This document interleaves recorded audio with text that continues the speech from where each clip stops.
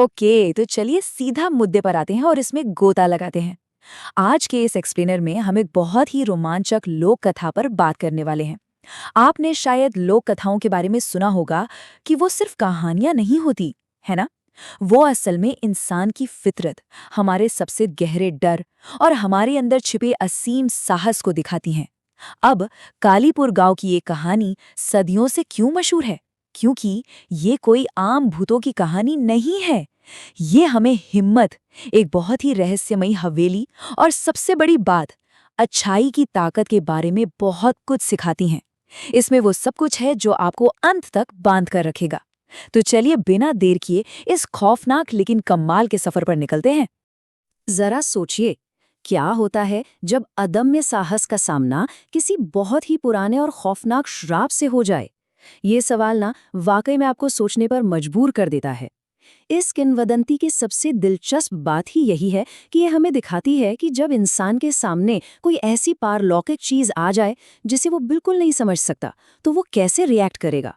ये सिर्फ एक पुरानी खंडर हो चुकी इमारत की बात नहीं है। ये उस पल के बारे में है जब एक आम इंसान की निडरता सदियों पुराने अंधकार से सीधे टकराती है। आइए देखते हैं कि ये पूरा रहस्य कैसे गहराता है। अब इस पूरी कहानी के केंद्र में है कालीपुर की वो रहस्यमयी हवेली, एक बेहद पुरानी वीरान सी इमारत। गांव वाले बताते थे कि ये जगह दशकों से धूल की मोटी परतों और मकड़ी के जालों से पूरी तरह ढकी हुई थी। लेकिन जो चीज सबसे ज्यादा डराती थी वो इमारत नहीं थी, वो थी आवाजें। रात के सन्नाटे में हवेली के अंदर से किसी के दर्दनाक रोने की आवाजें आती थीं, बिल्कुल खून जमा देने वाली। इसी वजह से गांव के बच्चे क्या बड़े भी इसके पास फटकने से डरते थे। लेकिन जैसा कि हर कहानी में होता है, कोई तो ऐसा होता है जिसकी जिज्ञासा उसके डर से कहीं बड़ी होती है, राइट? तो यहाँ एंट्री होती है हमारे नायक की, विवान, एक 15 साल का निडर लड़का। आखिर एक 15 साल का बच्चा वहां जाने की हिम्मत कैसे जुटाता है जहां जाने से पूरा गांव कांपता है? यही वो साहस है जो उसे अपने दोस्तों के साथ इस डरावनी हवेली के अंदर जाने को मजबूर करता है। अब यहाँ जो सबसे दिलचस्प बात है वो है हवेली के अंदर का माहौल। जैसे ही विवान और उसके दोस्त उस भारी मुख्य द्वार को पार करते हैं, उन्हें नीचे की तरफ जाती हुई कुछ टूटी फूटी सीढ़ियां दिखती हैं। और ये सीढ़ियां किसी आम कमरे में नहीं जा रही थीं। ये एक ऐसे तहखाने में जा रही थीं जहां एकदम घना, दम घोंटू और डरावना अंधेरा था।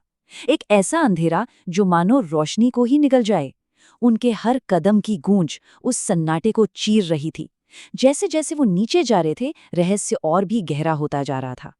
विवान का उस अनजान अंधेरे में उतरना एक तरह से इंसान के अपने अवचेतन के डरों का सामना करने जैसा ही है। फिर जैसे ही वो सीढ़ियां उतरकर उस सीलन भरे तहखाने में पहुंचते हैं, उनके कदम वहीं के वहीं जम जाते हैं। उनके सामने जो नजारा था वो सच में किसी के भी रोंगटे खड़े कर सकता था। तहखाने के बिल्कुल बीचों बीच एक बहुत ही बड़ा, भारी और डरावना काला ताबूत रखा हुआ था। ये कोई साधारण बक्सा नहीं था।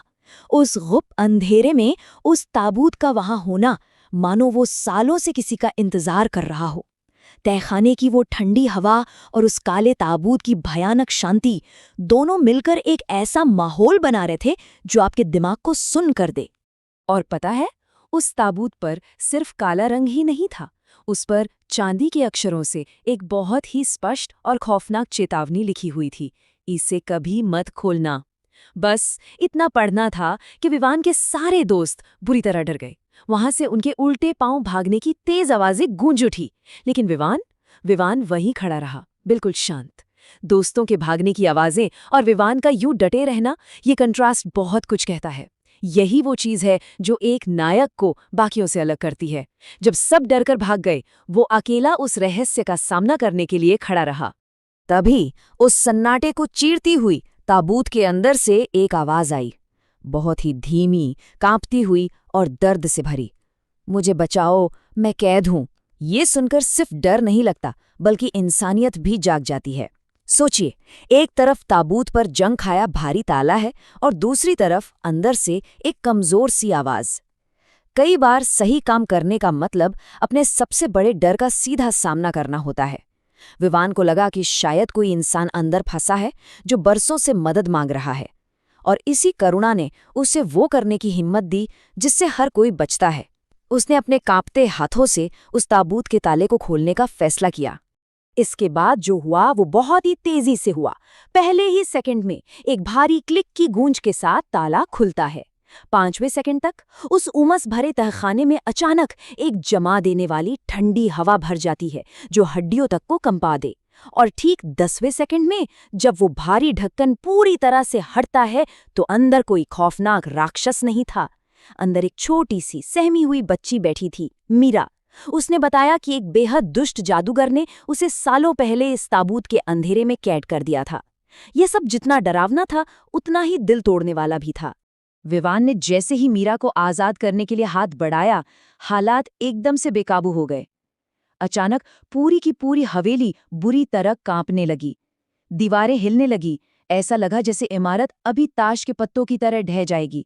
और उसी धूल भरे सन्नाटे के बीच कहीं से एक विशाल, अथाह और खौफनाक काली परछाई उभरकर सामने आ गई।